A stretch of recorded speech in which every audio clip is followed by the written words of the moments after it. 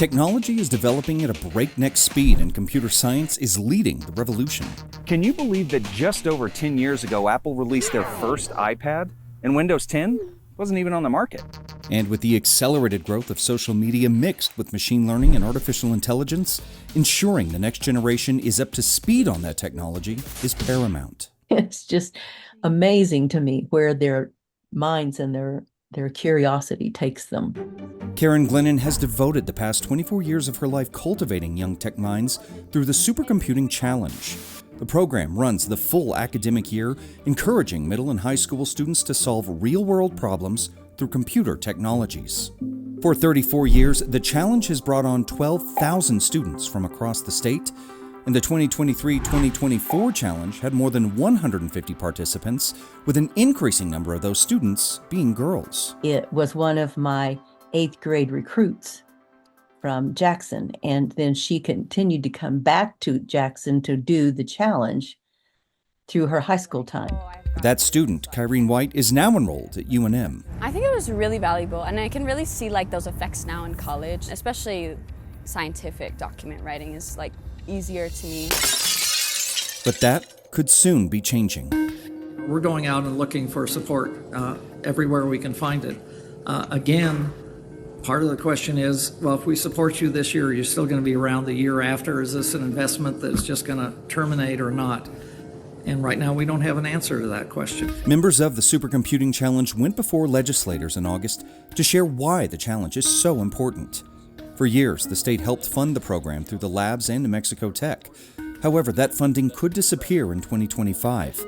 And if it does, the Supercomputing Challenge could power down for good. I think it's really important to keep it going, because a lot of people struggle in college, and I felt like I have not struggled as much because of the program. Not only does the Supercomputing Challenge train the next generation of technologists, with the growth of AI and machine learning and all of this now, this is so important to the future of this state and the country and of the students. It's also training the teachers, giving them state-of-the-art instruction through a 2-week summer institute, teaming them up with the experts in the labs before the challenge kicks off.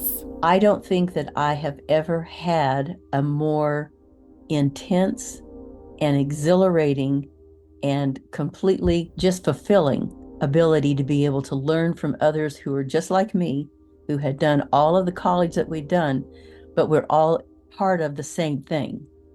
And it allowed me then to take back to my classroom. While the financial goals of certain stakeholders may have changed, the mission of the Supercomputing Challenge has not.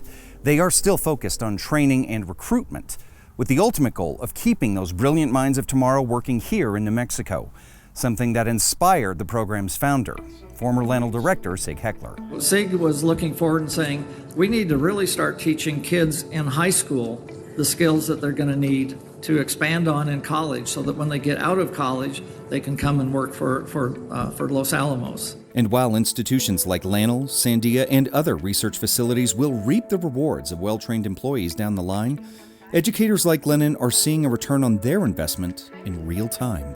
We have just a whole number of kids who return to me, and I can only imagine what the other teachers around the state are feeling with those students who also contact and say, this is what I'm doing now, look what I am. And it's wonderful to watch them do that.